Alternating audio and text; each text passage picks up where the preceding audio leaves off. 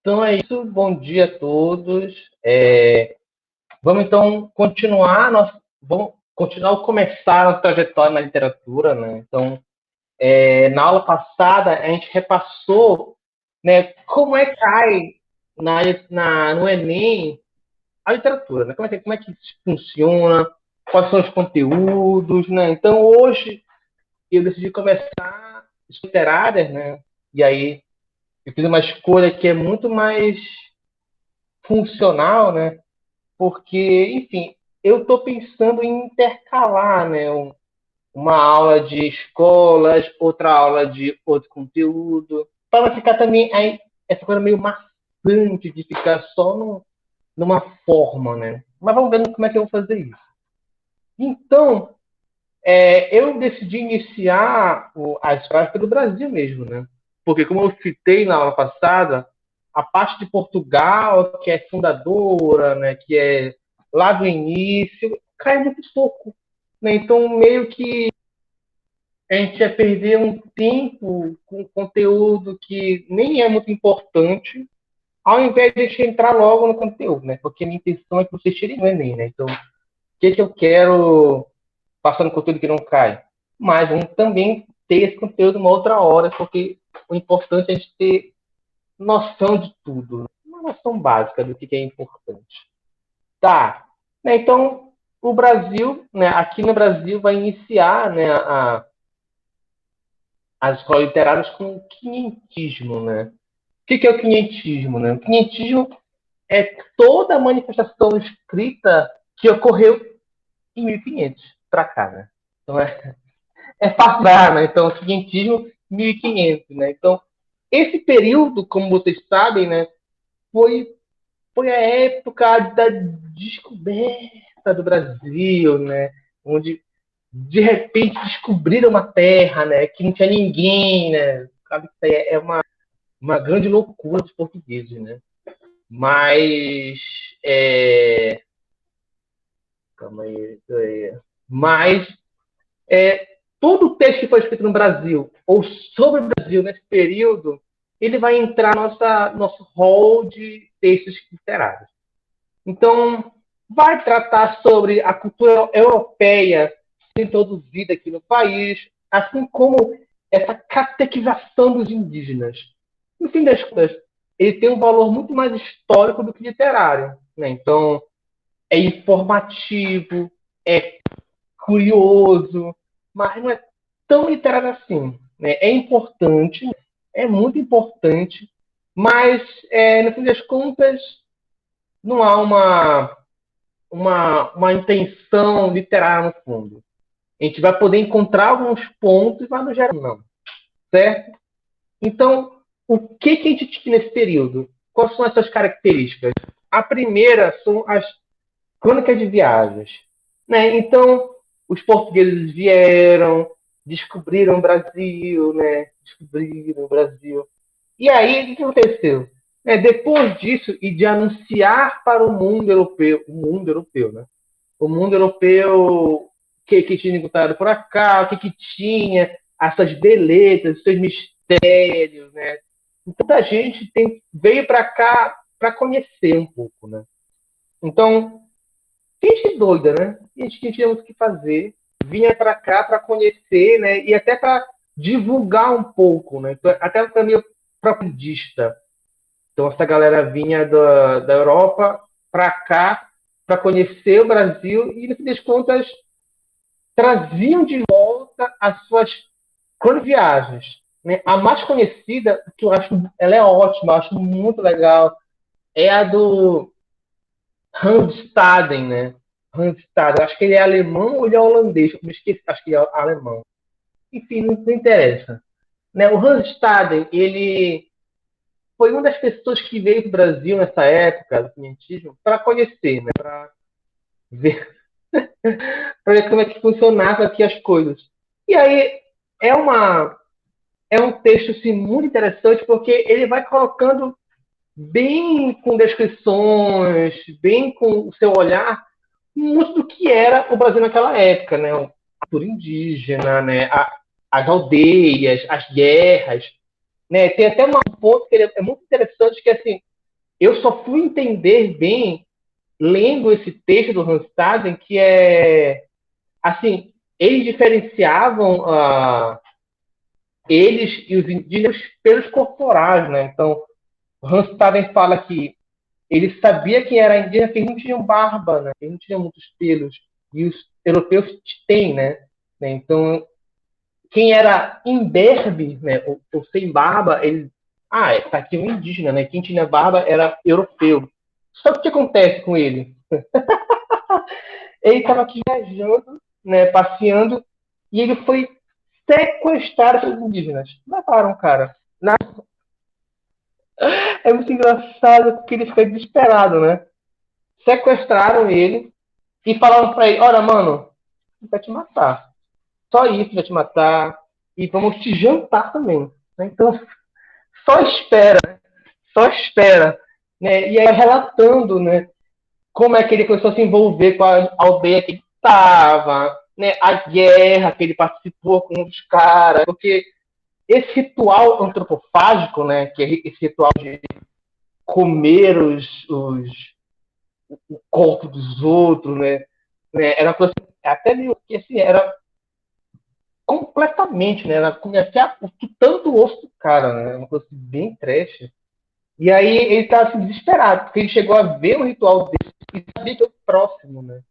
Só que ele conseguiu fugir, né? Conseguiu fugir, e que bom porque tem esse relato dele da antropofagia, né? Dos materiais indígenas, rituais indígenas nessa época. Então é um texto muito legal, sabe? E também é muito engraçado, né? Porque, sabe, é muito absurdo o que ele passou, é muito absurdo o que ele passou. Enfim, além disso, né, tem os textos informativos. Né? Esses textos são oficiais. Né? Então, o português, o rei de Portugal, o Dom Manuel na época e outros que apareceram depois, eles mandavam para cá as pessoas, né, do governo para descrever as coisas, porque, enfim, ele queria ir para cá. O rei, assim, conquistou o lugar, entre aspas, e não queria ir para cá. Então ele mandava as pessoas virem e mandarem carta para ele. Né? Então, basicamente, nessa linha. E houve a conquista material e espiritual. Né? Então, nesse período, a Igreja Católica estava interessada em expandir a sua fé, né? Que estava em declínio um pouco por conta da reforma protestante. Né? Então, eles estavam querendo encontrar novos fiéis, novas ovelhinhas, né? Esse tipo de coisa. E eles encontraram os gentis, indígenas, um povo completamente suscetível a esse tipo de coisa, né? Porque, enfim, eles também estavam maravilhados com os europeus. E aí, os europeus mandaram bala aqui na catequização, né? Forçada. E aí, o que é interessante nesse período é que a linguagem é simples. Ela é simples porque ela tende a, a ser mais clara e mais propagandista. Né? Então, crônica de viagem, que podem ser reais, como a do Hans Staden, ou fictícias. Então, tem muitos casos que eles tiveram para cá, do Brasil, dessa época, e começam a inventar histórias assim, de monstros, né, de lendas, né, de as Amazonas que matavam a flechada os caras, esse tipo de coisa. Né? Tem coisas que é real, tem coisas que não é, mas é legal de ler também. Esses textos oficiais, que são informativos, e tem os textos espirituosos, religiosos. Vamos ver aqui mais um pouco.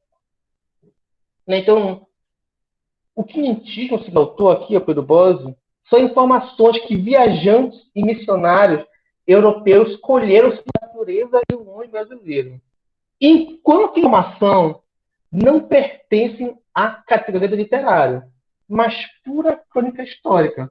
Então é mais história e cultura, cidade do que outra coisa. Né? Então, que período é esse? Então, como vocês sabem, Portugal e Espanha foram os primeiros países a, de fato, se jogar para o mundo via navio. Né? Então, eles mandaram base nesse sentido. E aí, o Pedro Vaz Cabral, né, ele tem o seu legado, né, porque ele não quis com navegar a África, né? Como vocês bem sabem. Porque a ideia de Portugal era chegar na Índia para pegar tempero, né? Para pegar tempero, né? Então eles queriam pegar uma páprica, né? E porque em Portugal só tem sal e, sei lá, salsa, né? E aí eles queriam dar uma temperadinha na carne para enfim, dar um outro sabor, né? E também controlar a economia que é da Índia, né? Mas enfim, o que é importante é o tempero. E aí eles queriam, para chegar na Índia naquela época, e hoje em dia também, né? Você precisa contornar toda a África.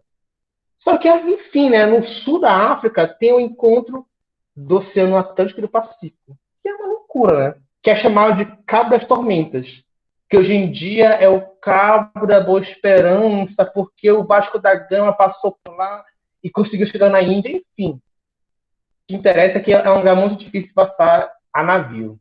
E aí eles imaginaram, né, que se eles dessem a volta no mundo pelo polo oposto, eles não iam cair num vão, porque a Terra não era plana mais para eles. Né? Então eles iam dar a volta no mundo. Só que tem a América no meio disso. E foi assim que os portugueses chegaram no Brasil. Por isso que chama-se índios, né? Porque inicialmente eles acharam que era a Índia aqui, né? Mas no fim das contas não era. E aí houve nesse período essa catequização forçada dos indígenas, né? De trazer esses valores católicos para os indígenas, que para eles eram, sei lá, cultuavam outros deuses, né? Então, o europeu daquela época isso era um de demônio, né? Então, eles queriam catequizar esses indígenas e foi que começou essa relação exploratória do Brasil com Portugal, né? Que Portugal seria a metrópole e o Brasil seria apenas um pedaço de terra que dava para Portugal, para o Brasil, ouro, cana-de-açúcar e tal. Então, basicamente, eles quase extinguiram daqui para o Brasil, quase, né? É até um pouco difícil hoje em dia, mas quase extinguiram para o Brasil. O nosso ouro levaram tudo, né? Levaram quase tudo. E a cana-de-açúcar, enfim, gerou uma questão gravíssima de escravidão, enfim, no Brasil. E aí, nesse período, começou a se formar os primeiros núcleos urbanos, né, que seria na Bahia, primeiramente, né, que foi onde chegaram os portugueses na Bahia, que seria hoje a Bahia. Também vai ter em Pernambuco, Minas, São Paulo e Rio de Janeiro. E aí, vou continuar aqui, vamos conhecer agora alguns textos que são importantes, querido. Né? O mais importante, né, o primeiro, né, olha aí o ícone, né? Ai, pois é, né? O time Vasco, né? Ele é uma homenagem ao Vasco da Gama, né? Por isso que é um navio, né? O símbolo, né? Então, a gente pode até dizer que ele naufragou também, né? Agora para a Série B. Sacanagem, vocês são ralados, né? Enfim, o primeiro texto sobre o Brasil foi a Carta de Caminha. Né? Então, na frota do Pedro Álvares Cabral, né, havia um rapaz aqui que ele era o cronista. Né? Então, em toda viagem de descoberta, levavam um cara para escrever sobre as coisas. No nosso caso, era Pedro Vaz de Caminha. Né? E aí, ele foi o que relatou ao rei Dom Manuel, o Venturoso, né, essa descoberta. Né? Então, é um texto documental, porque é apenas para instruir o rei o que eles viam, quem eram os indígenas, o que aconteceu e tudo mais. Ele foi escrito em 1º de maio de 1500. De 1500. E aí, vai fazer, então, daqui a uns meses, uma aniversário, inclusive. Né? E aí, e aí ele foi feito no que hoje seria Porto Seguro, na Bahia. E o grande ponto aqui, né, seria apontar para o rei as diferenças culturais entre portugueses e indígenas, além de descrever para o rei as suas belezas naturais, né, a praia, as árvores, etc. Na carta, né, que ela tem como interesse comunicar ao rei da descoberta das novas terras, ele vai contar inicialmente da no navio, como é que estava sendo, até encontrar a terra à vista, né? E mostra esse deslumbramento europeu com esse novo mundo, né? Assim, inexplorado para eles, né? Porque já havia aqui todas essas aldeias indígenas e lá nos povos pré-colombianos, né? Mais incas e astecas, está bombando também, né? Tinha lá coisas muito tecnológicas já, que só não tinha vacina para varíola, né? E armas. Se tivesse, seria outra história, né? Mas é basicamente isso. E aí mostra esse deslumbramento, né? E aí o Caminha vai descrever suas impressões sobre a Terra, né? Como é que ele percebe, o que é, né? E aí tem muita parte que ele vai ser bem letivo para que o rei, quando fosse ler, pudesse imaginar claramente como é que né? Como é que funcionava a Terra, né? E aí vai narrar esse desembarque de portugueses pela praia. E esse primeiro contato com os indígenas, além de narrar a primeira missa do Brasil. Né? Então, os caras vieram, botaram uma cruz e fizeram uma missa lá no meio da terra. Aí, eu coloquei aqui uns trechos da carta que vai ficar mais fácil de a gente visualizar como é que ela funciona.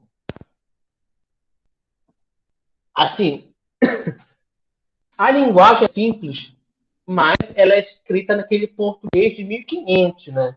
Então, podem ter algumas construções, algumas palavras que sejam esquisitas para a gente hoje em dia.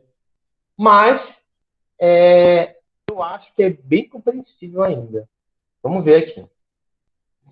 Ele diz assim, lembrando que ele está falando com o rei, né? Então ele fala assim, ali verias galantes, ali você veria galantes pintados de preto e vermelho e quartejados assim pelo corpo como pelas pernas, que certo a mim pareciam bem. Ou seja, ele descreve para o rei que os caras estavam pintados, né, em várias partes do corpo, né, de preto e de vermelho. Também andavam entre eles 4 ou 5 mulheres novas, que assim nuas não pareciam mal. Né? Então eles viam esses indígenas e parecia que eles estavam de boa. Eles não estavam mal intencionados. Entre elas andava uma com uma coxa do joelho até o quadril e a nada toda tingida daquela tintura preta e todo o resto da sua cor natural. Outra trazia ambos os joelhos com as curvas assim tintas e também os colos dos pés. E aí que é engraçado agora, né? E suas vergonhas tão nuas, né? Assim, ela estava só nua mesmo, né? Mas para ele, ela estava tão nua e com tanta inocência assim descobertas que não havia nisso desvergonha nenhuma, né? Então, assim, os indígenas andavam nus, né? Os portugueses andavam completamente vestidos, né? De cabeça aos pés. É chapéu, sobretudo e tal. E aí, para eles é um choque, né? Até pela moral deles, é um choque ela era nua, né? E aí, ele se surpreendeu um pouco que, assim, ela estava nua, mas ela não estava assim, nua sensualizando, né? Ela estava assim, dela, normal, inocente, né? Então, por isso que ele fala que isso não tinha nenhuma de vergonha, não tinha uma maldade, né? A maldade estava no olho dele mesmo, né? Aí, continuando. Todos andavam rapados até por cima das orelhas, assim, mesmo de sobrancelha e pestanas. Trazem todos as testas, de fonte a fonte, tinturas de tintura preta, que parece uma fita preta da largura dos dedos. Né? Então é engraçado, né, que ele fala que eles estão raspados, né? Como se tivesse se depilado antes de encontrar os portugueses. Né? Mas é uma pura questão de genética mesmo. Né? Enfim, não cresce muitos livros assim, né? Então, o português, sim, né? Olha como ele era tudo barbado aqui, o Bigode Caminha, né? Mas indígena não era. É como eu falei, né? Eles diferenciavam-se entre si pelos pelos corporais. Eles diziam assim, então aquele é europeu, isso aqui não é. Mas depois de um tempo começou a misturar tanto, né? Que perdeu essa diferença. Essa parte, ela é uma das partes mais legais da carta, né? Porque mostra essa diferença cultural claríssima, né? Então, diz assim, mostrar-lhes um papagaio pardo que o capitão trazia consigo. Tomaram-no logo na mão e acenaram para a terra, como se os houvesse ali. Então, aqui tem papagaio. Mostraram-lhes um carneiro. Não fizeram o caso dele, mas agora que é legal. Mostraram-lhes uma galinha. Quase tiveram medo dela e não lhe queriam pôr a mão. Depois de pegaram, mas como espantados, né? Então imagina um indígena daqui, tranquilo, né? Com onça, né? Esse tipo de coisa. E do nada uma galinha, cara. Né? Não tinha galinha no Brasil, não tinha galinha. Então para eles era uma aberração, né? Por isso que eles ficavam assustados com a galinha, né? Então acho que é um trecho bem curioso para ver essa diferenciação.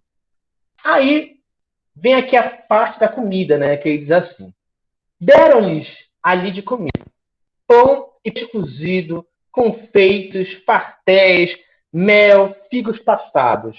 Não quiseram comer daquilo quase nada. E se provavam alguma coisa, logo a lançavam fora. Porque, sei lá, aqui comiam caça, aqui comiam frutos, comiam pessoas, né? Então, é, é mais carne de caça, né? Que eles comiam aqui. Então, tinha trigo, né? Para eles comerem pão. Não tinha. Eles não faziam doce, assim, né? Esses mel e tal. Então, eles acharam bem estranho, né? E olha aqui depois. Trouxeram vinho em uma taça. Mal lhe puseram a boca, não gostaram dele nada. Nem quiseram mais, né? Então, não curtiram o vinhão. Trouxeram-lhes água em uma albarrada. Provaram cada um o seu bochecho, mas não beberam. Até lavaram a boca e lançaram na fora. Então, porque eles não entendiam como é que a água podia aparecer numa garrafa, né? Então, eles estavam acostumados a tomar água da fonte mesmo, né? Na mão. Então, esse instrumento foi uma das formas que o europeu encontrou de colonizar o indígena também, né? Certo? E aí, aqui vai ficar muito claro, esse último trecho aqui. Viu um deles umas contas de rosário brancas. Fez sinal que lhes dessem. E folgou muito com elas. E lançou-as, assim, folgar é se divertir. E lançou-as ao pescoço. E depois tirou-as. E meteu em volta do braço. E acenava para a terra. E novamente para as contas. E para o colar do capitão. Como se daria ouro por aquilo. Agora tu imagina, o português dá um terço, né? Dá um terço de rosário pro cara e ganhar uma pedra de ouro que vale mais do que dinheiro, né? Aí eles começaram a ver vantagem nisso, né? Então, houve esse período, as trocas, né? Tipo assim, davam daqui ouro, pedras preciosas, e o português dava espelho, dava um terço, né? Dava uma faca, né? Então, pequenos baratos, mas que para o indígena era super novo. E aí não tinha esse valor, né, mercantil que tinha os portugueses. Né? Então, parecia que era vantagem para eles, mas não era. Né? O português safado roubou nossos indígenas aqui. Né? Então, é nessa linha. Então, essa é a carta do Caminha. Lembrando, ela é mais informativa do que literária, mas é muito importante para entendermos o Brasil, né? Entendermos como é que funciona a colonização brasileira e essa diferenciação que foi a cultura portuguesa e indígena. Vamos continuar. E aí temos aqui também a literatura jesuítica, né, que é uma poesia religiosa, um teatro pedagógico, né, que vieram jesuítas, que são da Companhia de Jesus, que foi uma companhia criada pela Igreja Católica com o interesse de recuperar o poder e o prestígio da Igreja Católica depois da Reforma Protestante. Né? Então, como vocês sabem, depois da Reforma Protestante, né, o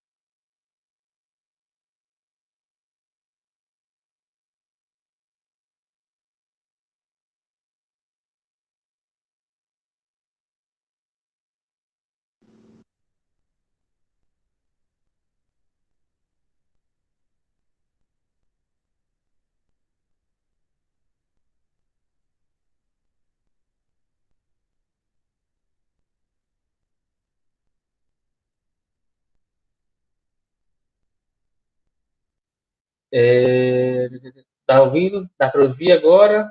Voltou? Parece que voltou. Ótimo. Sim. É só um susto, né? É só um susto para ver se estão acordados aí. Só um susto mesmo. Então, voltando, eles queriam retomar esse poder da Igreja Católica. E sim, Gabriele, eu vou mandar esse slide para vocês lá no Google Sala de Aula. Então, não se preocupem com isso. E aí, eles faziam esses textos religiosos, pedagógicos, para instruir o indígena como é que como é que seriam os valores católicos, os valores religiosos. O mais interessante é que esse carinha aqui, o padre Anchieta, ele aprendeu a falar o Tupi-Guarani. Ele aprendeu a falar o que seria chamado de língua geral, né? Chamavam de Nhengatu, né? Então ele aprendeu a língua e ele fazia suas peças religiosas em Nhengatu, em língua geral, né? Que ele descreveu em gramática depois tudo. Né? Então, ele fez esse que é a arte da gramática da língua mais usada na costa do Brasil. Né? Então, isso é interessante. E aí eles têm seus autos, né, que são peças religiosas, em que tinha a questão do bem e do mal. Só que o bem eram valores europeus, católicos, e o mal são valores de crenças indígenas. Então, diz assim, isso é ruim, você vai para o inferno, então siga a minha religião e tá tudo certo. Porque é sacanagem, é sacanagem. É sacanagem. Né? Então, até então, tudo certo. Se sim, eu vou para uma revisão. Vamos ver aqui. Então, aqui, se por algum acaso, né, se por algum acaso você cochilou na aula, agora é hora de acordar, porque tá aqui a grande cola do conteúdo de hoje. Eu fiz aqui um resuminho que é para ficar mais, mais, mais fácil de lembrar depois. Não precisar relembrar, esse aqui é o resuminho chave, né? Caso alguém queira fazer um mapinha, um esquema, tá aqui o que é importante. Então, Quintil, ele é qualquer texto escrito no Brasil ou sobre o Brasil, na década de 1500 até 1600. né? E aí temos três tipos de textos realizados nessa época. O primeiro são os informativos, né? Que são aqueles oficiais feitos pelos portugueses que vinham aqui a serviço do rei, né? Então, a sua temática era informar para o rei o que tinha aqui, o que estava acontecendo aqui, o que seria de seu interesse saber do Brasil. Então, era uma coisa muito mais seca, né? E tentar mostrar os nativos, o que tinha de beleza natural, o que tinha de produtos que poderiam ser comercializados, né? Então, era uma coisa muito mais do interesse da coroa. A obra que é importante foi que eu citei aqui, né? É a Carta de Pedro Vaz de Caminha, né? Que foi o primeiro documento literário do país. Foi a primeira vez que o Brasil foi tema de algum texto, né? Até então, ninguém sabia que existia. Outro tipo de texto são as crônicas de viagens. As crônicas de viagens são não oficiais. Então, as pessoas vinham aqui em missões pessoais. Não tinha interesse de levar para a coroa, né, as belezas, os encantos, né? Não tinha interesse. Eram pessoas que queriam conhecer. E, além disso, queriam divulgar o que viram aqui no país. Era uma, eram, eram propagandistas também. Queriam divulgar. Isso é interessante porque, muitas vezes, eles inventavam algumas coisas, algumas lendas, que vão permear o imaginário europeu daquele período. Né? Então, não tinha jornal na época, não tinha TV, né? Não tinha WhatsApp. Né? Então, eles só podiam conhecer o Brasil por esses textos. E aí, as pessoas que viam qualquer coisa, eu vi no Brasil e vi essas coisas. Então, então é isso é verdade. Né? Mas nem sempre era. Mas buscavam descrever a ilha, né? Descrever o que para eles era uma ilha, né? Não um continente. E aí o que é importante foi né? A obra do Hans Staden, né? Que foi esse holandês, né? Que veio ao Brasil e foi sequestrado pelos indígenas. E aí foi quase almoçado por eles. E por fim, a literatura jesuítica, que foi a que eu citei mais cedo, né? Que ela tinha a função mais doutrinária, né? Com os valores da Igreja Católica e a moral católica também. E estava a serviço da Companhia de Jesus, que era um braço da Contra-Reforma Protestante, visando a expansão da fé a partir da conversão dos indígenas. Né? Uma obra importante. A do Anchieta, que eu citei, né? Ele fez peças, que ele fez teatros, né? Para educar e doutrinar os indígenas. E esse Manuel da Nóbrega, que tinha como obra principal esse diálogo sobre a conversão dos gentios, em que ele passava para a gente qual seria o passo a passo para poder converter os indígenas, certo? Então, é isto, né? É isto, galera. Por hoje é só. Essa foi a primeira escola literária do Brasil.